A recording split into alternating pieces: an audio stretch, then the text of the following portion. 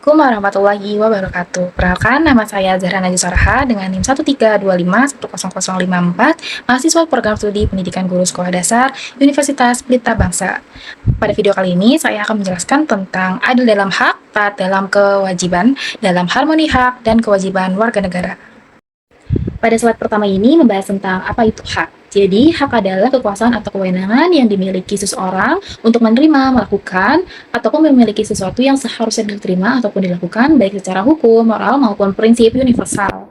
Contohnya pada pasal 28A yang berbunyi, setiap orang berhak hidup serta berhak mempertahankan hidup dan kehidupannya. Artinya, setiap manusia memiliki hak untuk hidup, tumbuh, dan berkembang. Contoh lainnya pada pasal 31 ayat 1 yang berbunyi setiap warga negara berhak mendapatkan pendidikan. Artinya, setiap manusia yang hidup berhak mendapatkan pendidikan yang layak selama 12 tahun. Lalu pada slide selanjutnya yaitu membahas tentang kewajiban. Kewajiban adalah sesuatu tindakan yang harus dikerjakan oleh seseorang. Setiap tindakan yang dilakukan atau dikerjakan merupakan sebuah rasa tanggung jawab dari permasalahan yang sedang terjadi. Baik itu secara hukum ataupun moral. Contohnya pada pasal 30 ayat 1 yang berbunyi tiap warga negara berhak dan wajib ikut serta dalam pertahanan dan keamanan negara. Yang artinya setiap warga negara wajib mengambil peran dalam pertahanan negara. Lalu, contoh lainnya pada pasal 23A yang dimana pajak dan pungutan lainnya bersifat memaksa untuk keperluan negara diatur dalam undang-undang. Jadi warga negara memiliki kewajiban untuk membayarkan pajak pada tiap tahunnya.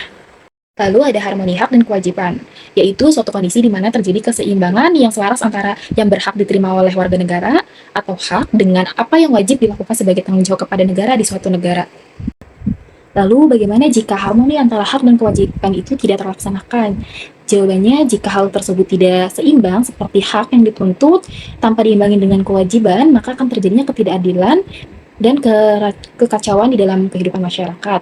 Dan sebaliknya, jika kewajiban yang dipaksa tanpa pemberian hak yang sesuai, maka akan terjadi penindasan di dalam masyarakat. Maka, hal ini, harmoni hak dan kewajiban, harus dilakukan secara seimbang agar terciptanya kehidupan yang harmonis dalam kehidupan masyarakat sehari-hari. Lalu di sini ada konsep utama dalam harmoni hak dan kewajiban.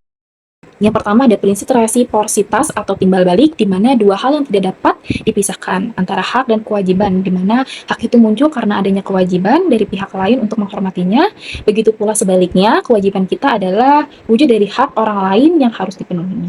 Lalu yang kedua ada keadilan profesional, di mana keadilan tercipta ketika setiap orang mendapatkan apa yang menjadi haknya setelah menunaikan apa yang menjadi tanggung jawabnya.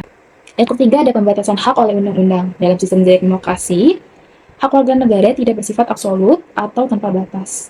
Hak kita dibatasi oleh hak orang lain dan kepentingan yang diatur dalam konstitusi atau undang-undang dasar 1945 pada pasal 28J, guna menjaga ketertiban bersama. Yang keempat ada kepentingan nasional di atas kepentingan pribadi. Meskipun hak individu dilindungi dalam situasi tertentu, kewajiban terhadap negara seperti membela negara ataupun membayar pajak menjadi prioritas demi kelangsungan hidup bangsa yang lebih luas. Yang kelima ada tanggung jawab moral dan hukum.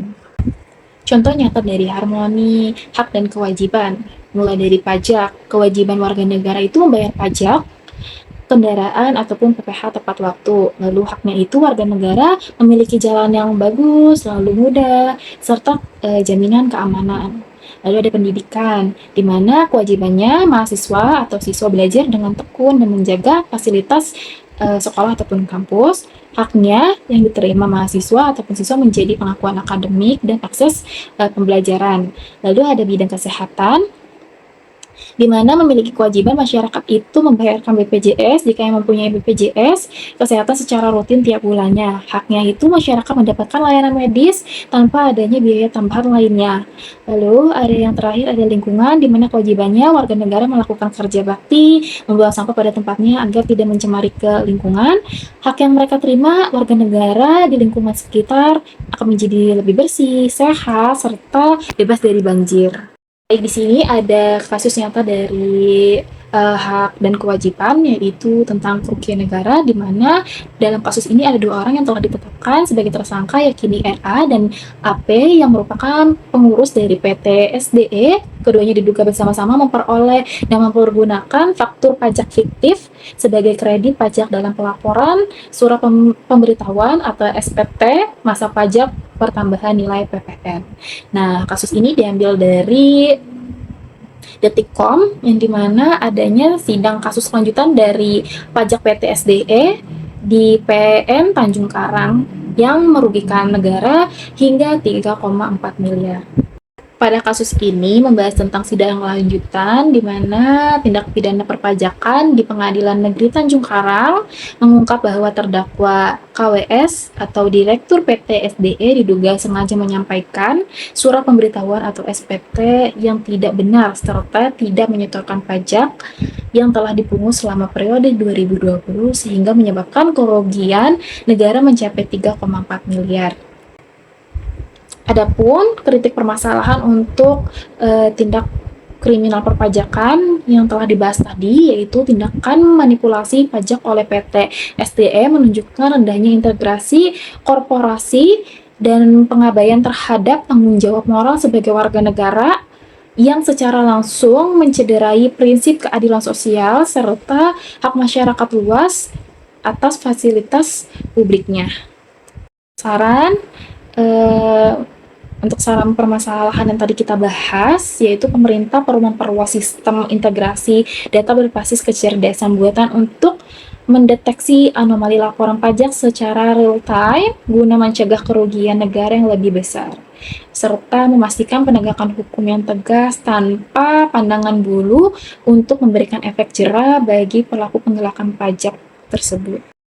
Dari kasus tersebut dapat kita ambil pembelajarannya, yaitu kita sebagai warga negara harus taat pajak dan membayarkan pajak tepat waktu, karena apa yang telah kita bayarkan akan kita dapatkan kembali, seperti fasilitas umum yang kita dapatkan akan menjadi lebih baik.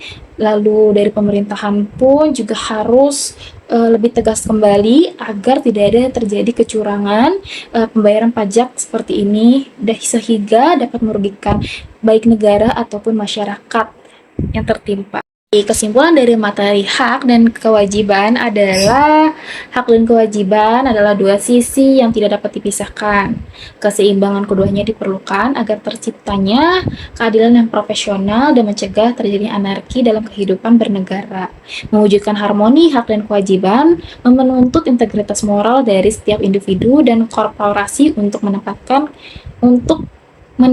kepentingan nasional di atas kepentingan pribadi, guna mencapai tujuan bersama menuju Indonesia yang lebih adil dan sejahtera. Semoga materi yang telah saya sampaikan bermanfaat, dan mohon maaf jika masih ada kesalahan kata dan kekurangannya materi. Wassalamualaikum warahmatullahi wabarakatuh.